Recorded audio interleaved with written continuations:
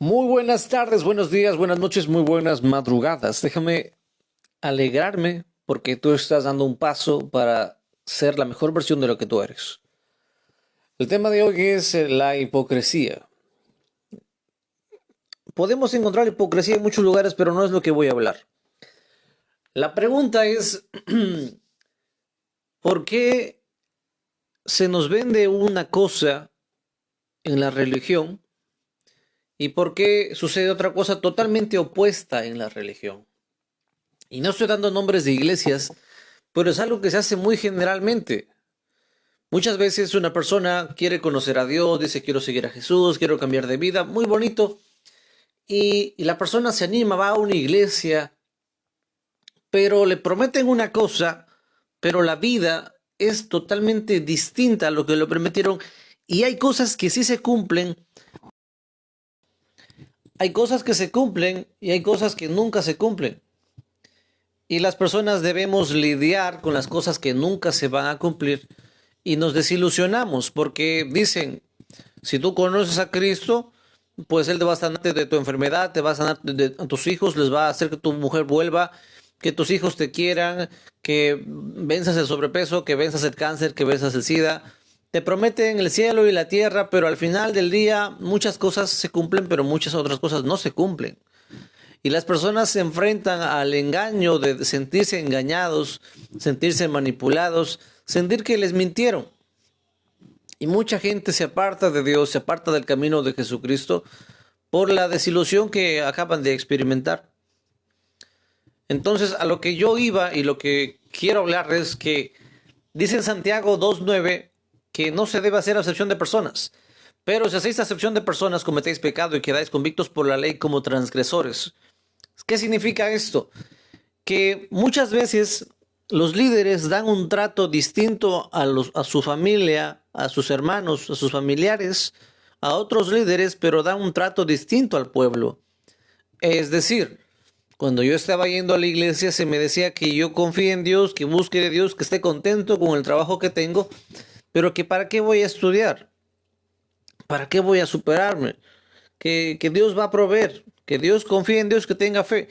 Sin embargo, yo estudié, hice cursos, me capacité y eso me sirvió después para ejercer y Dios hizo que valga aquello que yo estudié. Sin embargo, la gente sí que les incitaban a sus hijos a que ellos estudien, a que ellos trabajen, a que incluso cuando estén en la iglesia salgan de la iglesia después de cantar para que sigan en sus proyectos. Pero a mí me reclamaban de que por qué no voy a la iglesia, de que por qué no estoy congregando, de que por qué no estoy sirviendo. Y de alguna manera muchas veces la gente nos presiona y nos insiste que debemos nosotros seguir sirviendo, pero es bastante raro que el trato a los hijos y a otros líderes es distinto que al trato de los demás. Es bastante preocupante. Bueno, pero sigamos. También hay otro versículo que dice, para mí el vivir es Cristo y el morir es ganancia. Y decimos, debemos servir como sirvió Pablo, como sirvieron los apóstoles, y está muy bien, pero no nos damos cuenta que hay dos formas de seguir a Jesús. La una forma lo das todo, lo entregas todo, eh, y ya está. Pero si tú lo das todo, todo, absolutamente todo, muchas personas fracasan sus matrimonios, fracasan sus hogares, porque no le dedican tiempo a la esposa, a los hijos, a la familia, no. Simplemente se dedican de lleno a la obra, predicar, evangelizar, y tienen que enfrentar esa dificultad. Y mucha gente, Pablo, decidió ir y entregar su vida, y está muy bien. Pero mucha gente se le enseña a servir a Dios con todo, y luego cuando estas personas enfrentan crisis y la gente y la familia les da la espalda, pues no tienen una respuesta y muchos se apartan. ¿A qué quiero llegar yo? Que en vez de prometer un cristianismo idealizado, debemos ser honestos y realistas con lo que estamos ofreciendo o diciendo que va a pasar. Muchas veces, cuando tu matrimonio fracasa, la iglesia muchas veces no está ahí. Cuando la familia te da la espalda, muchas veces la iglesia no va a estar ahí. A veces sí, a veces no. Lo que yo recomiendo a la gente es que hagas un equilibrio entre tu vida y entre la iglesia. Un equilibrio entre servir a Dios y un equilibrio entre tener a tus hijos y a tu esposa.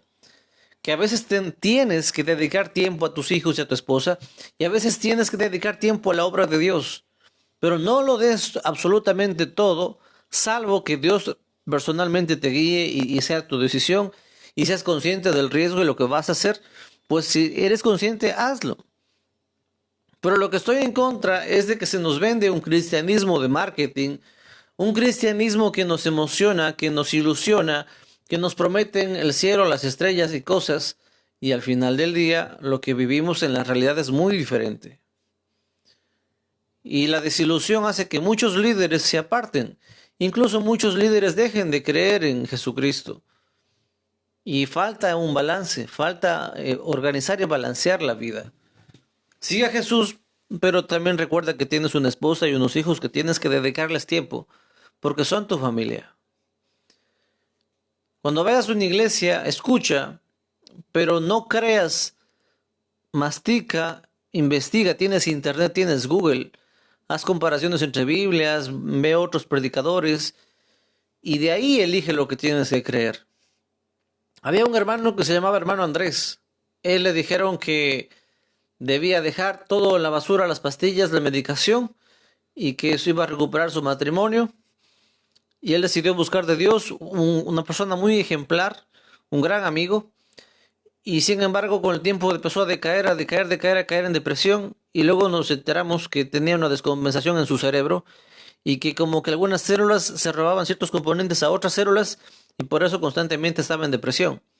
Volvió a tomar su medicación y tuvo una vida mucho mejor de la que estaba teniendo. Y claro, su matrimonio, hasta donde yo supe, no se recuperó. Pero él siguió en el camino de Jesucristo. Pero mucha gente ve que no se cumple lo que le dijeron que se iba a cumplir y esta gente se aleja de Dios y se sienten engañados. Lo que yo digo es, no creas lo que los líderes te dicen todo. Escucha y analiza. Porque a mí me decían que no estudie y después yo estudié aún en contra de lo que me dijeron los líderes y a través de ese estudio Dios me bendijo. Dios me dio trabajo a través de los cursos y capacitaciones y carreras que hice. Pero mucha gente se opuso a que yo haga eso. Decían, ¿para qué vas a estudiar? Dios va a proveer. Ya mismo Cristo puede venir. Y está, sí, Cristo viene. Y claro que viene. Pero sin embargo también debemos trabajar. También debemos estudiar. También tenemos que dedicar tiempo a la esposa y tiempo a los hijos. No vivamos un cristianismo fanático. Porque cuando vives una crisis, cuando te golpeas con la realidad, te das cuenta que mucha gente te da la espalda y te dicen, en otras palabras, sin decir nada, búscate la vida. Y por eso yo voy, que debemos dejar de creer ciegamente y analizar, entender la Biblia y hablar con Dios, porque muchas cosas que se predican en las iglesias son manipulación de los líderes. Muchos líderes no buscan el llevar el evangelio, sino hacer que las iglesias crezcan o aprovecharse de la bondad de los feligreses.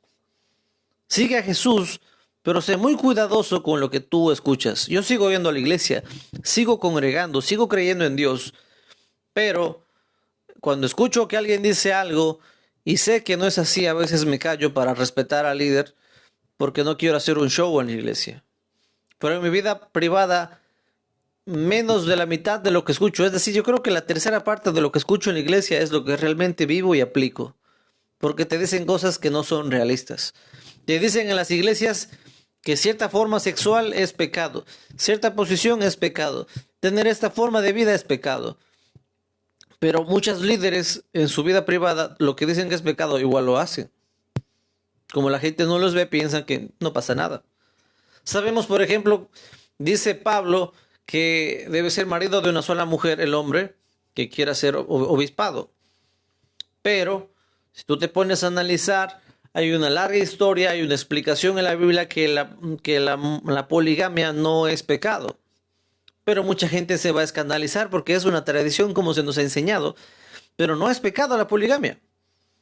Pero la gente que lo cree y lo lee sin analizar, sin investigar, pues cree ciegamente lo que el líder le dice y no entiende que hay una explicación social, cultural, etimológica, que lo que dice lo dice a un grupo de gente en un contexto y una forma y se puede interpretar de una de otra forma, pero no siempre se interpreta literal lo que dice en la Biblia. Si un hombre vive en una poligamia, pues no está en pecado. Pero es una larga historia que no quiero decirles aquí, no quiero alargarles. Lo que te digo es, Desconfía mucho de lo que te digan los líderes, habla con Dios, lee la Biblia, investiga, edúcate, porque es importante no caer en la manipulación de otras personas. Es duro aceptar que muchos líderes tratan diferente a las personas, hacen acepción de personas sabiendo que la Biblia prohíbe hacer eso, pero la gente lo hace. Queremos que los hijos estudien, pero que otros hermanos de la iglesia no tienen por qué estudiar. Decimos que es pecado ciertas poses sexuales, pero muchas personas en la casa practican todo el Kama Sutra. Pero sin embargo decimos que es pecado en público, pero en privado lo hacemos. Y un sinfín de cosas.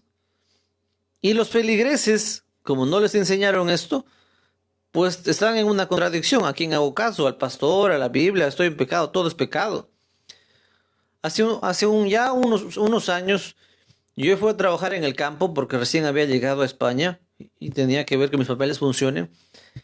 Y el dueño, bueno, el capataz, digamos así, el administrador, el encargado, decía que debíamos cortar unas hojitas, unas plantas de la vid de una forma, pero en la realidad nadie hacía eso. Fingían que hacían eso, mentían que hacían eso, pero la misma gente decía, es imposible hacer como dice él. Yo cojo las ramas que avanzo y cojo y corto rápido, rápido, rápido, rápido. Entonces, incluso el mismo líder decía, pero él sabía que era mentira. La gente te dice una cosa y hace otra cosa. La gente te dice, es pecado hacer esto, pero sin embargo lo hacen. No hagas aquello, no hagas esto, no comas esto, pero lo hacen. Por eso vivimos en una época de hipocresía y de cristianismo moderno, cristianismo de marketing, donde se nos prometen cosas que al final no todo es cierto. Por eso busca a Dios, lee la Biblia, dedica tiempo a tu mujer, dedica tiempo a tus hijos, dedica tiempo a tu familia, dedícale tiempo a Dios. Y no te entregues ciegamente a una cosa o a otra, salvo que sea algo específicamente que Dios te lo haya dicho. Y estés 100% seguro que Dios te lo ha dicho. Si Dios te lo ha dicho, Dios te proveerá, Dios te ayudará, siempre y cuando estés 100% seguro. Si no estás 100% seguro que Dios respalda lo que estás haciendo, no te metas a hacerlo porque vas a salir mal parado. Es súper importante estar seguro de lo que tú haces y estar seguro que tienes el respaldo de Dios. Entonces, he aprendido esto. Mi esposa, como fue nueva, sufrió muchas contradicciones, que le prohibían usar pantalón, que le decían que no estudie, que para qué va a estudiar, que el hombre tiene que pagar todo en la familia, que el hombre tiene que pagar todo en la casa, que ella debe estar sirviendo en su hogar, su matrimonio, que para qué trabajar, para qué estudiar, que eso no es necesario, que eso no hace falta. Y vivimos muchas épocas de mucha necesidad y mucha pobreza, y ella admite que se equivocó creyendo ciegamente lo que le enseñaron en la iglesia. Para algunos trabajos era necesario usar pantalón. No se podía usar falda en todos los trabajos. Entendió que si no estudiaba, era muy difícil ser bendecida. Vio ella mismo que muchos cursos y capacitaciones que yo hice, Dios me bendijo a través de eso. Y entendió que en la iglesia se predica una cosa, pero cada quien en su vida privada hace lo que le conviene. Así que Dios te bendiga, no te olvides de Dios. Yo sigo yendo a la iglesia, sigo congregando, pero no creo lo que me hablan todo, sino un 30 hasta un 20% de lo que se dice en la iglesia. Porque dicen, muchos hablan cosas para dar una imagen de perfectos, dar una imagen de santos, pero en la vida privada no es así. Y ya está. Y cuando alguien te prohíba de cosas del sexo, es simple. La inmoralidad sexual está especificada, pero en términos de posiciones y de gustos y cosas, investiga que la Biblia no te pone muchas limitaciones con tu esposo o con tu esposa en esa área. Disfruta tu matrimonio, disfruta tu familia. Claro que todo tiene que ser limpio, salubre, pero más allá de eso, investígalo. Y no creas ciegamente lo que los líderes te dicen, porque muchos líderes manipulan, engañan y mienten para verse más santos o para aprovecharse de la gente. Así que ten mucho cuidado, que Dios nos bendiga, bendiciones. Chao, chao.